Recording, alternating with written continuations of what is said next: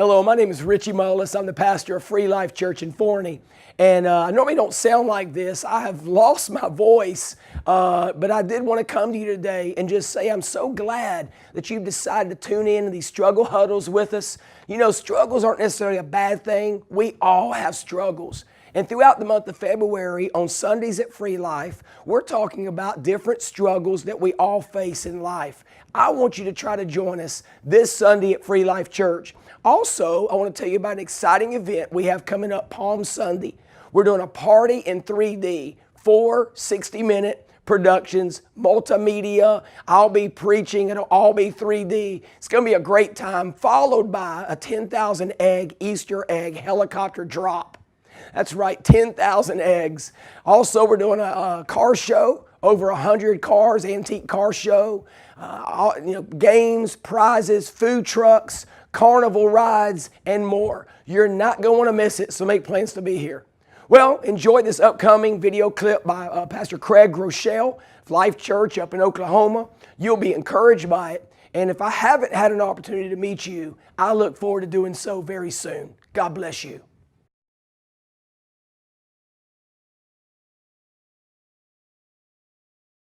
We're talking about hashtag struggles. How do we follow Jesus in a selfie-centered world? I've got to be honest, I can be really obsessed with social media and technology because there's so many advantages, especially with social media. You get to see what your friends are doing. You can connect with people all over the world. You can FaceTime people with technology, and the advantages are really too many to count. But if we think about it for a while, there are also some disadvantages as well. And I want to talk about one of those today in this session and talk about the battle for contentment. Because let's think about it, especially with social media. The more we compare, the less satisfied we are. The more we compare with other people, what they're doing, what they have, where they are, the less satisfied we are with our own lives. And the reality is a lot of people blame social media because everybody else's life looks perfect. What happens? They're showing us their highlight reels, and we're comparing it with our behind the scenes. We see only the best of what they want to show us, and then we know what's going on in our everyday life. For example, just this morning, I was scrolling through Instagram, and I noticed a friend who was at a conference that I wish I was attending. I saw a person hanging out with another person that I wish I knew. I have a friend who was in Paris, another friend who was in Hawaii, and where was I? Stuck in my stupid office feeling bad about myself, because the more we compare, the less satisfied we are. In fact, researchers did a fascinating study from 2 universities where they met with students and asked them their feelings after spending a lot of time on Facebook.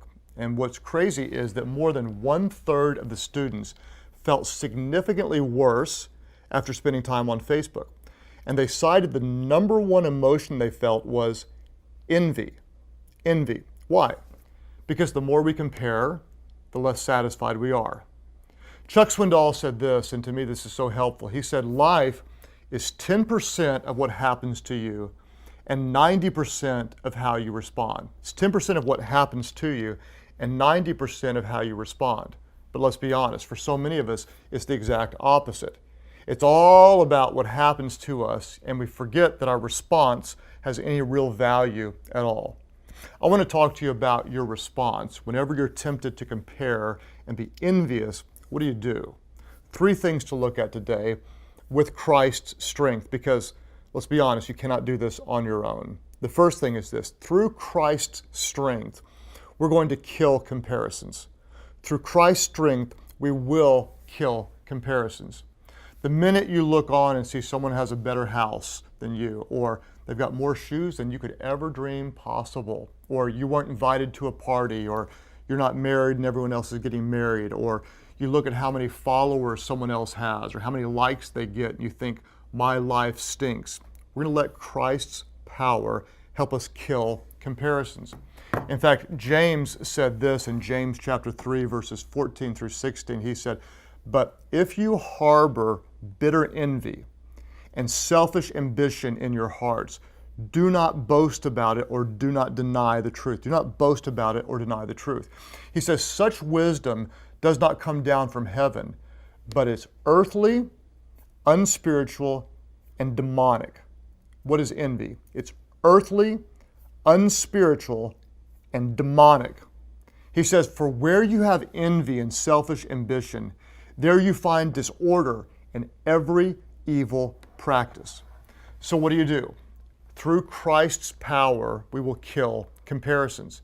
And for you, it may take some action. You may need to take a break from social media, or you may need to hide the feed of certain people that trigger that envy in your heart, or you may need to delete shopping apps. I don't know what it will be, but through Christ's power, we're not going to tolerate it. It's earthly, unspiritual, it's ungodly, it's demonic. We're not going to let it live in our lives.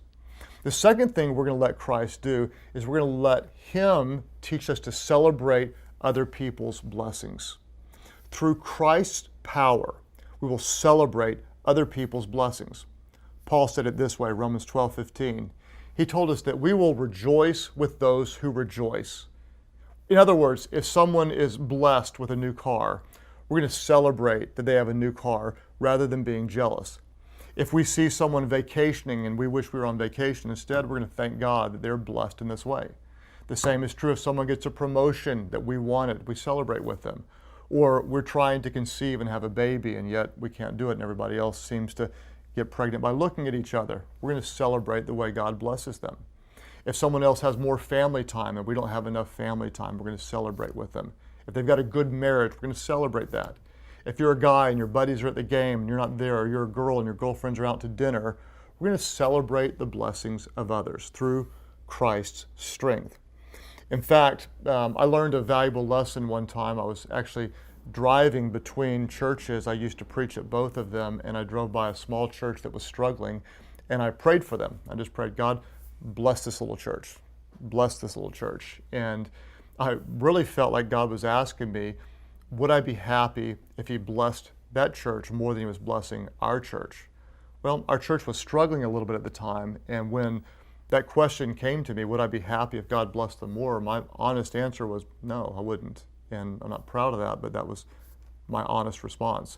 And in that moment, I realized this is a significant problem. And so I really started passionately praying and believing, God, I hope you bless them more than us. And if you do, I will celebrate all day long the way you've blessed them. Think about it this way.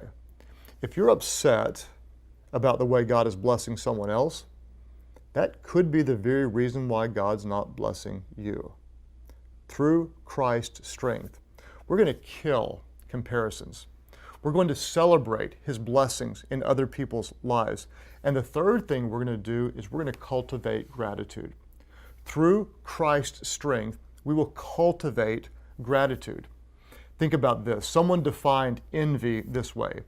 They said, envy is resenting God's goodness in other people's lives and ignoring His goodness in your own. It's powerful. What is envy? It's resenting God's goodness in someone else's life and ignoring His goodness in your own. We're not going to be like that. We're going to be thankful when God blesses someone else. With Christ's help, we're going to cultivate gratitude. In fact, Solomon, the richest man of all time, he said this in Ecclesiastes 6:9. He said, enjoy what you have rather than desiring what you don't have. I love that. Enjoy what you have rather than desiring what you don't have. In other words, if you get tired of your car, you're going to say, God, thank you so much. You've blessed me with reliable transportation. Or if you think life is crazy, we're going to say, thank you, God, that you've given me people to love and things to do. If you look at your house and it seems so small, instead of complaining, we're going to be grateful. God, thank you for a roof over my head, for air conditioning in the summer and heat in the wintertime.